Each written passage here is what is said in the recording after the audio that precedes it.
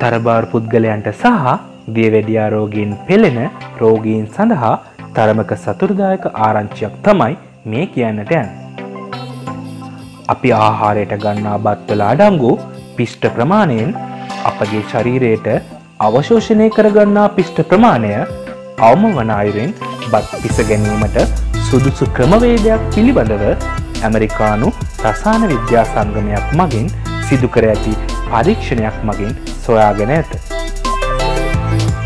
එම සංගමය මගින් සිදු කරනු ලැබූ පරීක්ෂණයට අනුව බත් පිස ගැනීමේදී එයට ජලයට අමතරව පොල් තෙල් ස්වල්පයක් එක් කර ගැනීමෙන් සහ බත් පිසගත් පසු නිවෙන්නට හැර තබා ආහාරයට ගැනීම මගින් බත් වලින් ශරීරයට අවශෝෂණය විය හැකි පිෂ්ඨ ප්‍රමාණය නැතහොත් සීනි ප්‍රමාණය විශාල වශයෙන් අවම වන බව සොයාගෙන ඇත.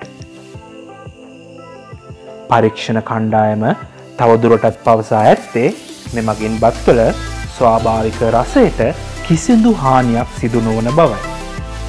මොවුන් විසින් සහල් වර්ග 40කට පමණ මෙම පරීක්ෂණය සිදු කොට ඇති අතර එයින් කිහිපයක් විශිෂ්ට ප්‍රතිඵල ලබා දී ඇති බවයි ඔවුන් තවදුරටත් පවසා ඇත්තේ.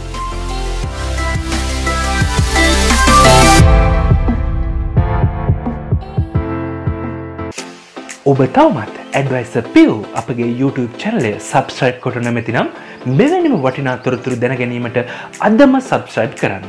කෙළවර ඇති bell icon එක click කරන්නත් යාළුවන් සමග share කරන්නත් අමතක කරන්න එපා.